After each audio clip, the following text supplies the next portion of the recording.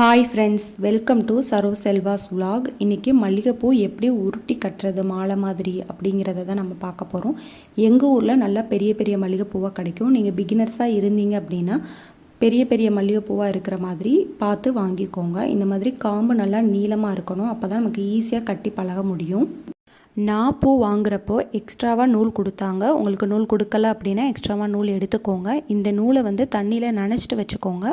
இல்லை பக்கத்தில் ஒரு கிண்ணத்தில் நூல் ஃபுல்லுமே போட்டு வச்சுட்டு நம்ம இழுத்து கட்டுற மாதிரி இருந்தாலுமே ஓகே தான். இந்த மாதிரி தண்ணியில் நனைச்ச பிறகு நம்மளோட நடு விரல் அளவுக்கு நூலை விட்டுருங்க. இதுக்கப்புறம் தான் நம்ம கட்டுறதுக்கே ஸ்டார்ட் பண்ணணும். இந்த மாதிரி பிடிச்சிக்கோங்க. 3 விரலை வச்சு அந்த நூலை பிடிச்சிக்கிட்டு அந்த எட்ஜில் இருந்து தான் நம்ம ஸ்டார்ட் பண்ணணும் பூ கட்டுறதுக்கு. நல்லா பெரிய பூவாக எடுத்துக்கோங்க. அப்போ தான் ஸ்டிஃபாக நிற்கும். அதனால் மேலே பார்த்து ஒரு பூ வச்சுக்கோங்க இந்த மாதிரி. அதுக்கடுத்து அதே மாதிரி பெரிய பூவாக எடுத்து கீழே பார்த்து ஒரு பூ வச்சுக்கோங்க. கீழே நாம் வைக்கிற பூவோட காம்புமே நல்லா நீளமாக இருக்கணும். இந்த மாதிரி கீழே பார்த்து வச்சுட்டு 2 பூவுக்குமே நடுவில் கரெக்டாக சென்டரில் நூல் எடுத்துக்கோங்க. நூலை எடுத்து கீழே பார்த்து ஒரு ரோல் பண்ணிவிட்டு நல்லா இறுக்கமாக பிடிச்சிக்கோங்க. ரொம்ப டைட் பண்ணிடாதீங்க. கொஞ்சம் லைட்டாக உங்களுக்கு தெரியும்ல அந்த அளவுக்கு நீங்கள் இறுக்கமாக பிடிச்சிக்கிட்டு இந்த மாதிரி ரைட் ஹேண்டில் இருக்கிற நூலை எக்ஸ் மாதிரி கொண்டுட்டு வாங்க.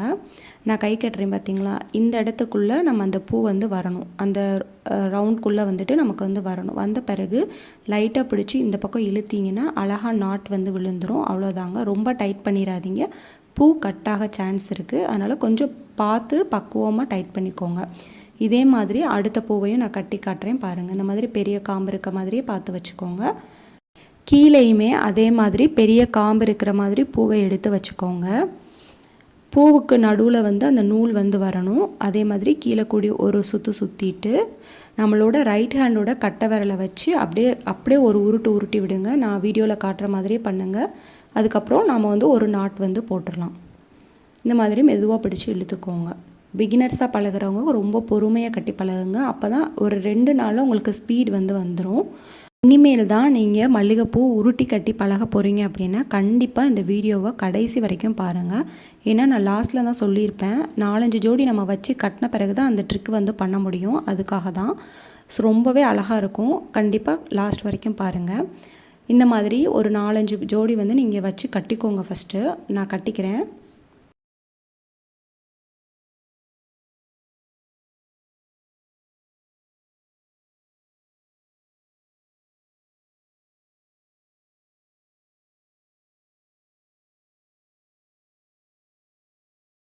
நூலில் ஈரம் காயாத அளவுக்கு நீங்கள் பார்த்துக்கோங்க. சப்போஸ் காஞ்சிருச்சு அப்படின்னா லைட்டாக தண்ணி தொட்டு ஈரமாகவே வச்சுக்கோங்க. அப்போ தான் மொட்டை கட்டுறப்போ மலராமல் அழகாக இருக்கும். அதுக்காக தான் வேமா மலராது. சில பேரோட கைக்கு வேமா மலர்ந்துருன்னு சொல்லுவாங்க. அதுக்காக தான் தண்ணி தொட்டு கட்டுறது. இப்போ தான் அந்த ட்ரிக் நான் சொல்ல போகிறேன். கவனமாக வாட்ச் பண்ணுங்கள். இந்த மாதிரி நீங்கள் கட்டிட்டு ஒரு வாட்டி கையில் இருக்கிற அந்த பூ சுற்றி விட்டுருங்க. சுற்றி விட்டுட்டு திரும்ப ஒரு 4 பூ வச்சு கட்டுங்க. திரும்ப சுற்றி விடுங்க. இந்த மாதிரி நீங்கள் கட்டினீங்க அப்படின்னா பூ நல்லா மாலை மாதிரி அழகாக இருக்கும். நான் சொன்ன இந்த ட்ரிக்கை கண்டிப்பாக ஃபாலோ பண்ணுங்கள். சூப்பராக கட்டிடலாம். 2 நாள் ஒரு மாதிரி இருக்கும். அடுத்து நீங்கள் கட்டி பழகிட்டீங்க அப்படின்னா ஈஸியாக வேகமாகவே கட்டிடலாம். நான் காட்டுறேன் பாருங்கள். கட்டினதை கேப்பே இல்லாமல் அழகாக இருக்கும். நம்ம பூக்கடையில் வாங்கினா எப்படி இருக்கும் அந்த மாதிரி இருக்கும். ரொம்பவே சூப்பராக இருக்கும். எந்த ஒரு கேப்புமே இல்லை பார்த்தீங்களா. டைட்டாக இருக்கும். நல்லா நம்ம தலையில் வச்சுட்டு போனால் அழகாக இருக்கும். எக்ஸஸாக இருக்கிற நூலை கட் பண்ணிடுங்க. இந்த வீடியோ பிடிச்சிருந்துச்சு அப்படின்னா லைக் பண்ணுங்கள், சப்ஸ்கிரைப் பண்ணிக்கோங்க. தேங்க்ஸ் ஃபார் வாட்சிங்.